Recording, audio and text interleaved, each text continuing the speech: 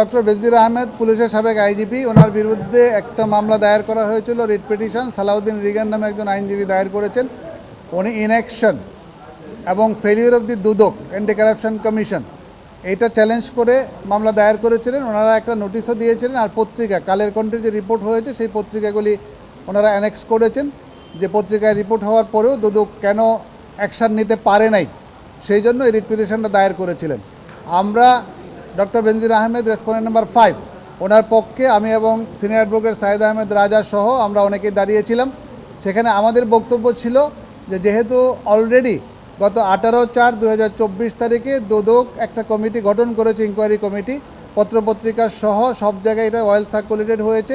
সেই সাথে আজকে দুদকের যে আইনজীবী সিনিয়র অ্যাডভোকেট খোরশেদ আলম খান উনিও সেই দুদকের যে কমিটি ফর্ম হয়েছে সেটার রিপোর্টটা কোর্টের সামনে উপস্থিত করেছেন। সুতরাং রিটের যে মূল বিষয়বস্তু ইনঅ্যাকশন এবং failure of the anti corruption commission সেটার আর অস্তিত্ব না থাকার কারণে আমরা আদালতকে প্রথম সাবমিশন ছিল যে এই মামলায় কোনো রুল ইস্যু করা সমীচীন হবে না।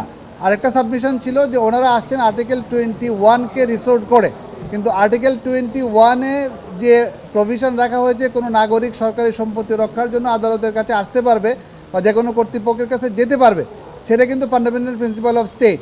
কিন্তু একজন নাগরিককে তার মৌলিক অধিকার ন্যায় বিচার পাওয়ার এবং সংক্ষুব্ধ হলে পরে জুডিশিয়াল রিভিউর আন্ডারে হাইকোর্ট ডিভিশনে আসার যে অধিকার 100 এবং 2-তে দেওয়া হয়েছে, সেটা হলো তার মৌলিক অধিকার এবং যেটা গ্যারান্টেড। দেখা যাচ্ছে যে এই ধরনের নির্দেশনা এবং রুল যদি ইস্যু করা হয় তাহলে অনেক ক্ষেত্রেই যে সংক্ষুব্ধ নাগরিক তার জুডিশিয়াল রিভিউ বা রিট পিটিশনে এসে সেই স্বায়ত্তশাসিত সংস্থা বা সরকারের বিরুদ্ধে প্রতিকার চাওয়ার সুযোগটা কমে যায়। সুতরাং এটাকে আমরা বলেছি যে এই দৃষ্টিতে ওই মামলায় রুল ইস্যু করা সমীচীন হবে না।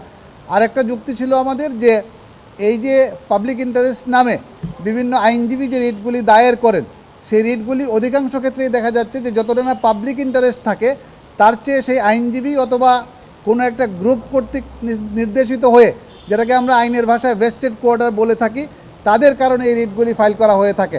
সুতরাং সেই ক্ষেত্রে দেখা যায় যে ন্যায় বিচারের চেয়ে একজন ব্যক্তিকে তার ন্যায় বিচার থেকে বঞ্চিত হওয়ার জন্য এই রিট পিটিশনগুলি দায়ের করা হয়। এই 3টা গ্রাউন্ডে আমরা সাবমিশন দিয়েছিলাম। আদালত সন্তুষ্ট হয়ে আদালত এই মামলায় কোনো রুল ইস্যু করেন নাই এবং কোনো নির্দেশনা বা ডাইরেকশন দেন নাই। তবে এইটা উনি সোমোটো একটা আদেশ দিয়েছেন যে যেহেতু দুদক থেকে ইনকোয়ারি শুরু করেছে, আফটার 2 মান্থস দুদক যেন একটা প্রগ্রেস রিপোর্ট দেয়।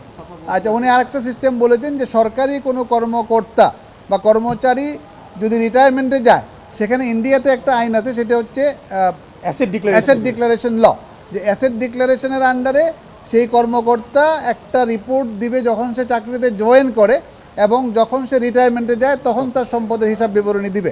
এই দুইটার মধ্যে যদি দেখা যায় তার 10%-এর বেশি সম্পদ বেড়েছে তাহলে তার বিরুদ্ধে আইনগত ব্যবস্থা গ্রহণ করা যাবে। ইন্ডিয়াতে এরকম একটা আইন আছে।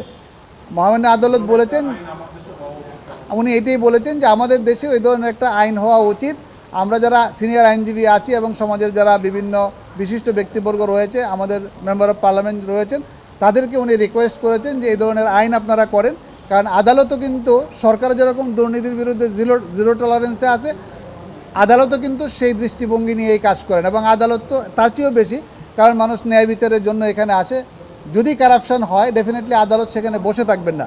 আজকের এখানে রুল ইস্যু না করার অর্থ এই না যে আদালত দুর্নীতির বিরুদ্ধে কোনো পদক্ষেপ নেন না। এটা একটা টেকনিক্যাল টার্ম। আমরা রিটে আসতে হলে একটা কজ অফ অ্যাকশন দেখাতে হয়। এখানে কোনো কজ অফ অ্যাকশন আর বাকি নেই। তদন্ত কমিটি গঠন করাতে দেখা যাচ্ছে যে এটার কজ অফ অ্যাকশন আর নাই। এই টেকনিক্যাল কারণেই রিটটা কিন্তু খারিজ হয়েছে, কোনো রুল ইস্যু করা হয়নি। কেন বিফলে যাবে? আমরা প্রথম যেটা হলো যে একটা ডাইরেকশন ওরা চেয়েছিল, রুল ইস্যু চেয়েছিল, রুলও হয় নাই, ডাইরেকশনও হয় নাই। একটা ডাইরেকশন আদালত দিয়েছে, প্রগ্রেসিভ জানতে চেয়েছে। এটা কিন্তু আদালত জানতে চাইতে পারে, কিন্তু এই নির্দেশনার ব্যাপারেও আমরা পরবর্তীতে সিদ্ধান্ত নিব।